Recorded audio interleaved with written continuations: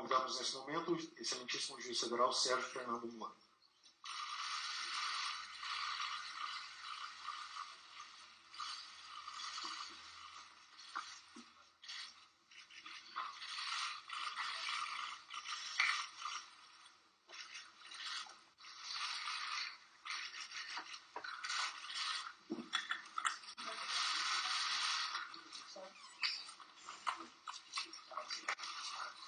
Bem, bom dia a todos.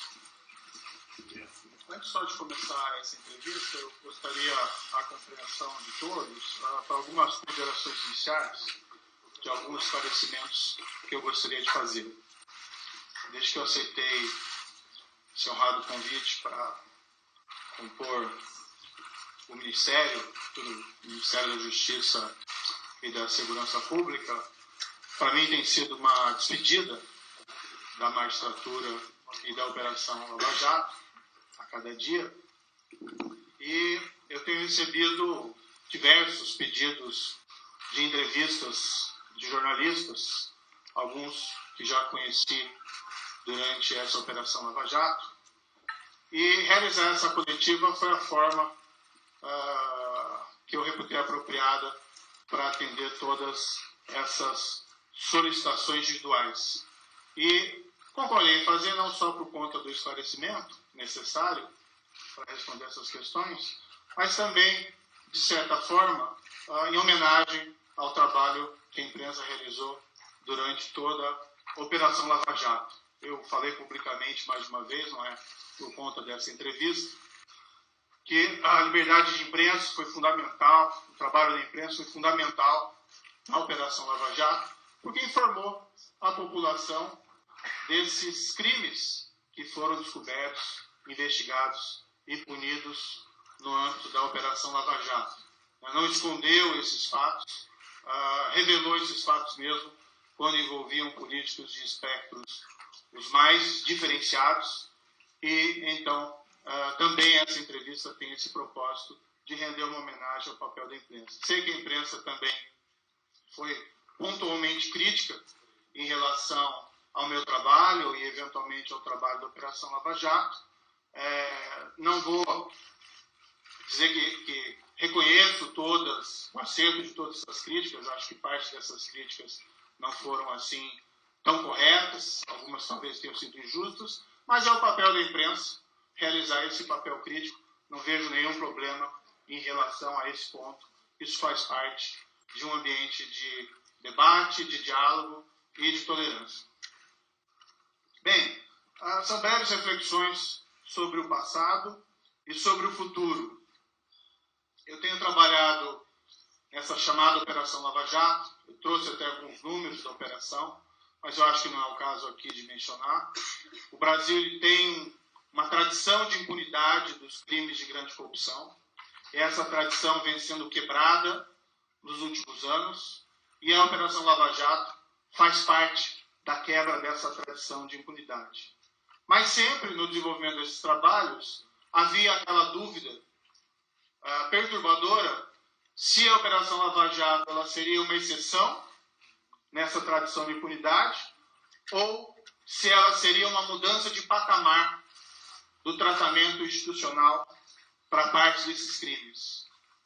Eu trabalhei nesses casos, posso dizer aqui, assim, eu como outros, com bastante dedicação, com um certo custo, e o que mais me perturbava era essa sensação de que um dia a minha sorte e a sorte da Operação Lava Jato poderia ser encerrada. Não faltaram momentos de tensão ao longo dessa operação, seja por pontualmente decisões que acabaram reformando, algumas pontuais decisões nossas, depois as decisões foram revertidas. Eu lembro aqui já em maio de 2014, uma decisão do ministro saudoso ministro Teori Zavascki, que colocou em liberdade naquele momento todos os presos. O próprio ministro Teori Zavascki voltou atrás, mas aquele foi um momento de tensão. Diversos momentos em que surgiram, vamos dizer, informações sobre projetos de lei em trâmite no Congresso que poderiam afetar o trabalho da Operação Lava Jato. afetar o trabalho que se realizava de quebrar essa tradição de impunidade, como a discussão que houve sobre o projeto de abuso de autoridade, que sem cuidados poderia ser uma criminalização da atividade hermenêutica. Todas essas sensações de que um dia a sorte poderia acabar e que nós poderíamos retornar àquele padrão de impunidade da grande corrupção, o que é algo deletério para a democracia, me levou a aceitar esse convite que me foi feito pelo senhor presidente eleito. O objetivo é, no governo federal, realizar o que não foi feito, com todo respeito, nos últimos anos, de buscar implantar uma forte agenda anticorrupção. E aqui eu agregaria, porque é uma ameaça nacional, uma forte agenda também anti-crime organizado. Tá? A ideia é que, e eu sei que isso pode ser recebido com grande ceticismo, compreendo, mas a ideia aqui não é um projeto de poder, mas sim um projeto de fazer a coisa certa num nível mais elevado, numa posição em que se possa realmente fazer a diferença e se afastar de vez a sombra desses retrocessos. Esclarecer, eu conheci pessoalmente o presidente eleito em 1º de novembro. Foi a primeira vez que eu entabulei uma conversa pessoal com o presidente eleito.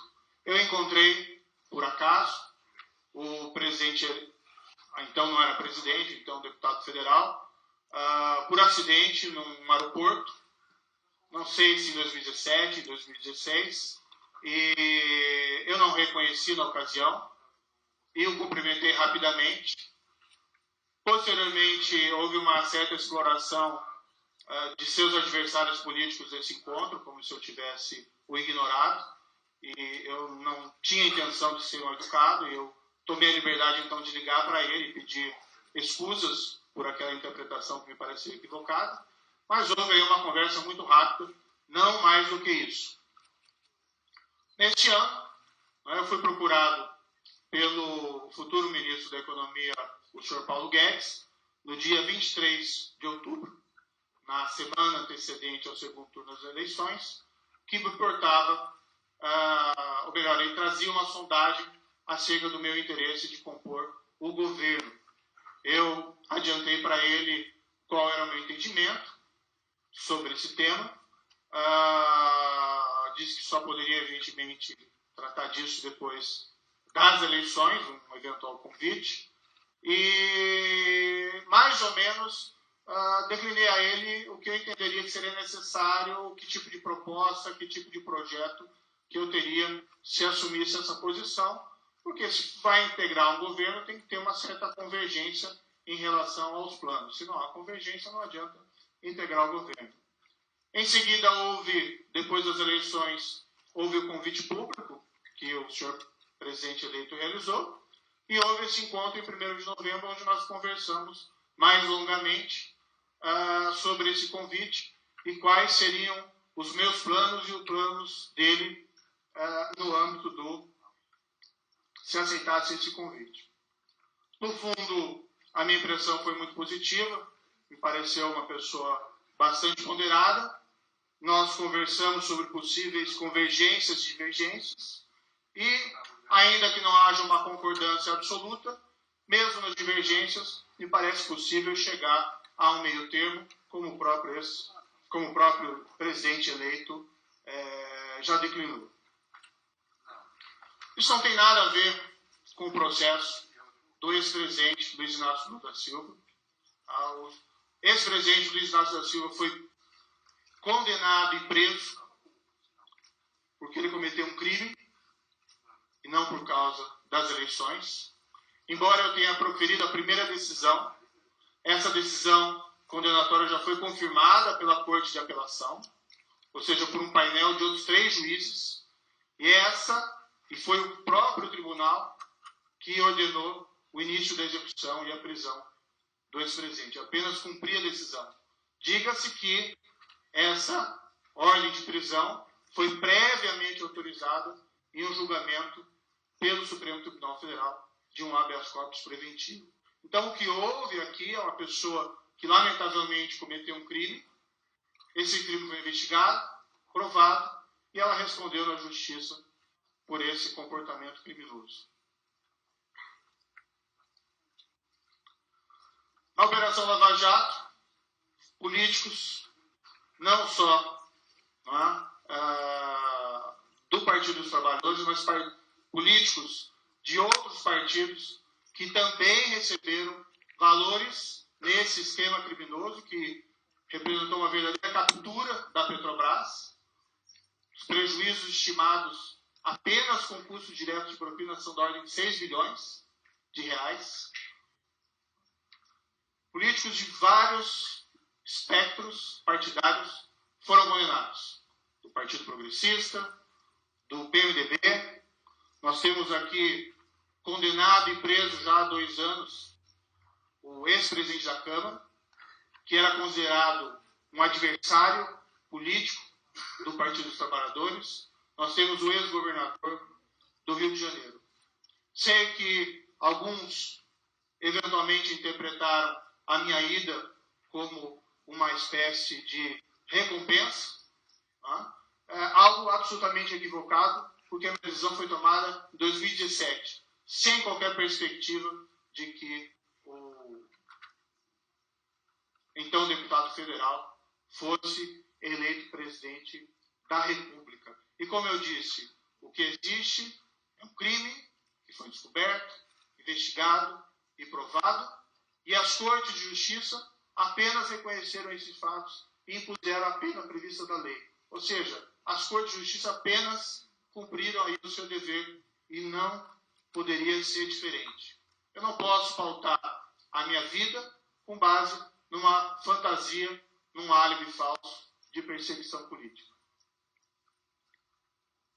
Pois bem, como eu disse, eu aceitei esse convite, porque entendi que havia convergências importantes, especialmente no que se refere a essa agenda anticorrupção e agenda anticrime organizado, deixando muito claro que tudo seria realizado com base, e essa é a posição firme do presidente eleito, com base na Constituição, com base nas leis e com base nos direitos fundamentais. Falando um pouco do futuro, peço escusas por me estender um pouco, mas são esclarecimentos importantes. A ideia é apresentar uma série de propostas legislativas para aprimorar o quadro legal contra corrupção e crime organizado. Essas propostas ainda estão sendo elaboradas. Eu não tenho condições de adiantá-las, porque não é uma decisão apenas minha. Essas propostas vão ser elaboradas, vão ser apresentadas aos demais componentes do governo, inclusive o presidente eleito, e será avaliada também politicamente como isso deve ser apresentado perante o Congresso Nacional.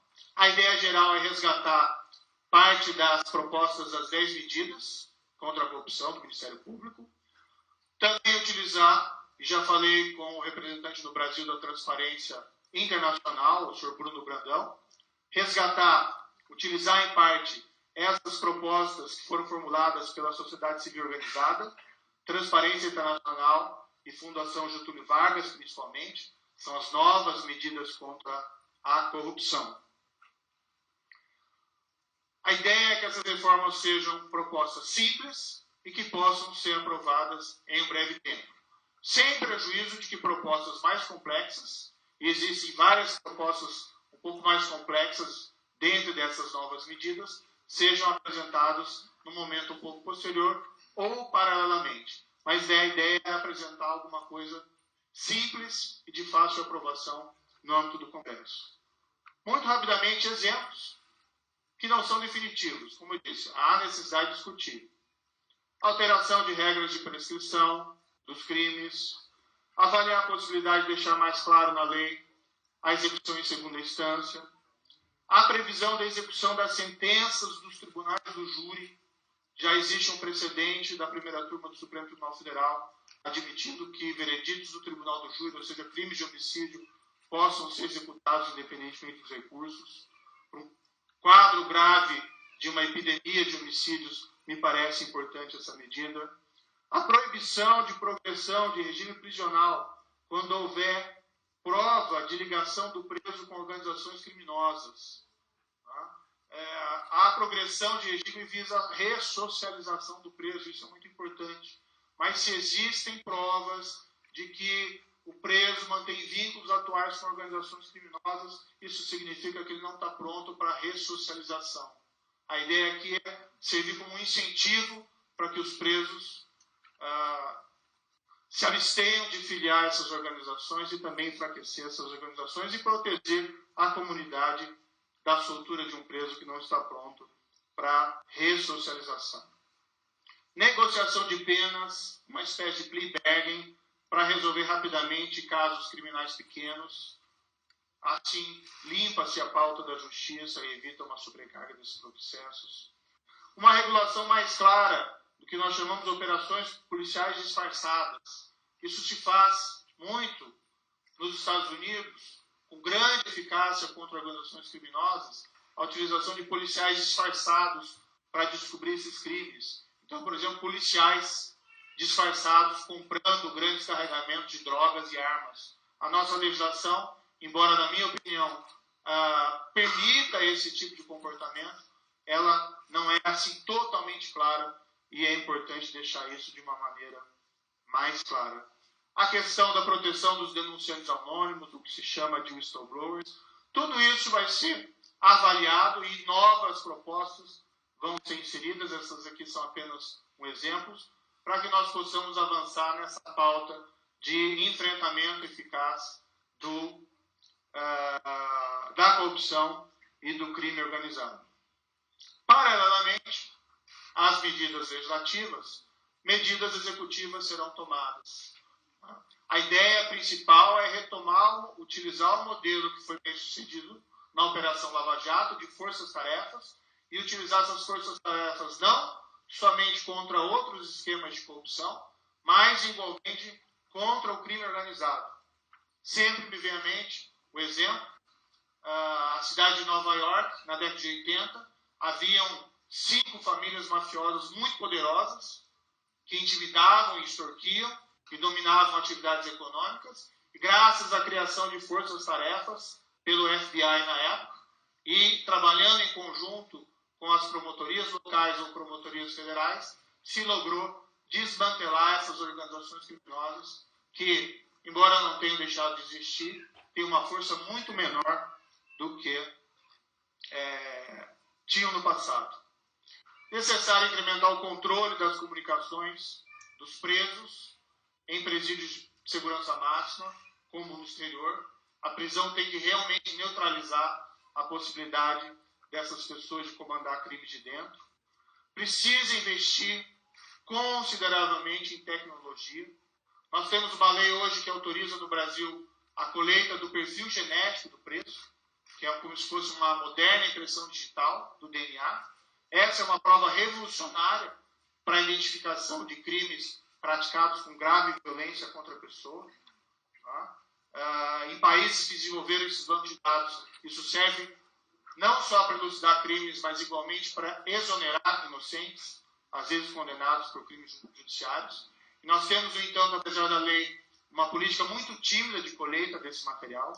Então, quero desenvolver uma política agressiva num sentido não violento, evidentemente, mas para aumentar essa base de dados, que certamente vai resultar em melhores estatísticas para a elucidação de crimes de homicídio no Brasil, que são muito baixas.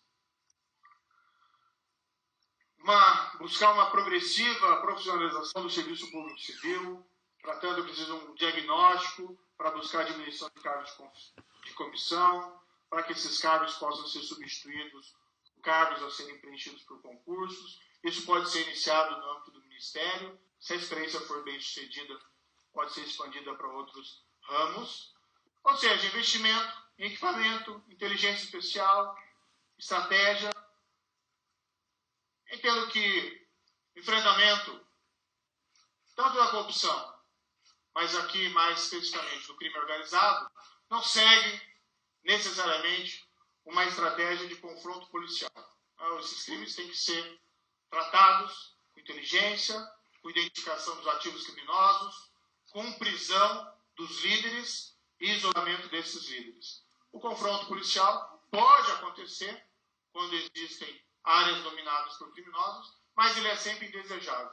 A boa operação policial é quando ninguém se machuca e o criminoso vai para a cadeia e o policial vai para sua casa. Evidentemente, em uma situação de confronto policial, podem acontecer vítimas, mas nunca é o desejo de que isso aconteça.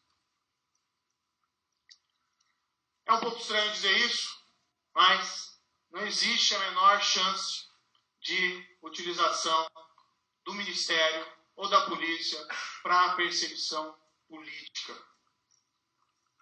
Não foi feito isso durante a Operação Lava Jato. As pessoas foram condenadas com base em crimes de corrupção, lavagem de dinheiro, associação criminosa, com base em provas robustas e não por suas opiniões políticas. Não vai ser no Ministério que eu vou começar a realizar isso.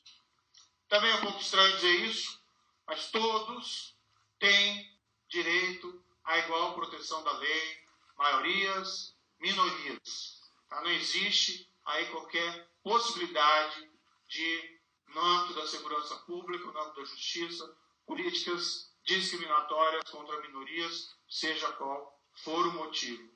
A minha posição pessoal, crimes de ódio são intoleráveis.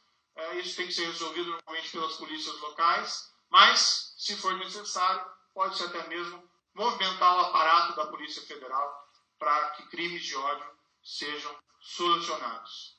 Não desconheço o problema que envolve o assassinato da ex-vereadora Marielle Franco e do senhor Anderson Gomes. Eu acho que é um crime que tem que ser solucionado. Eu, assumindo o Ministério, pretendo me inteirar melhor dessas questões e ver o que é possível fazer no âmbito do Ministério. Pretendo chamar ao Ministério pessoas absolutamente qualificadas e sim nomes que trabalharam na Operação Lava Jato, tanto por terem sido testados por sua eficiência como por sua integridade, estão sendo considerados. As indicações virão a seu tempo.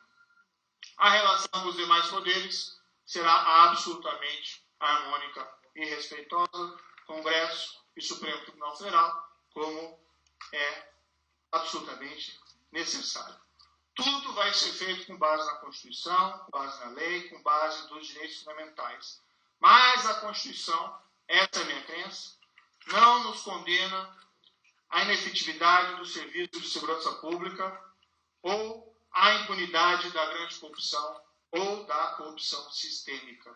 A impunidade dos poderosos, econômica, politicamente, ou desses grandes chefes criminosos é inconsistente também com a Constituição. Já estou mantendo contatos com os ministros Jungmann e Segovia sobre a transição. O ministro Jungmann e o ministro Segovia. Desculpe, perdão. Torquato. Lápis. Vale por uma notinha. Um momento de humor, né? Muito perdão. Perdão, especialmente o ministro Torquato. O ministro Jungmann e o Torquato sobre essa transição.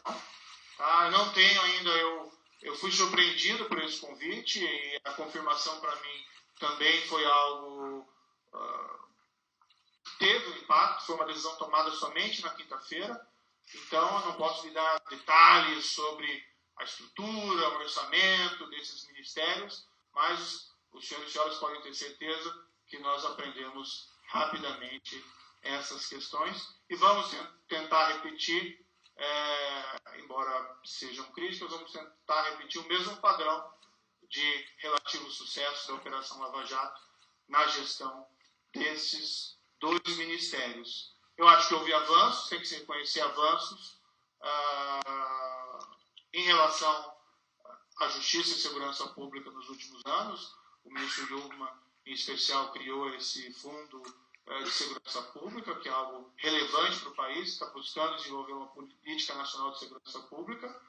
A justiça também tem iniciativas relevantes e importantes, mas nós vamos tentar aí, com humildade e esperando contar com um pouco de sorte, vamos tentar aprimorar esses serviços no que forem realizados. Peço desculpas pela extensão dessas considerações iniciais e abrimos para perguntas, então.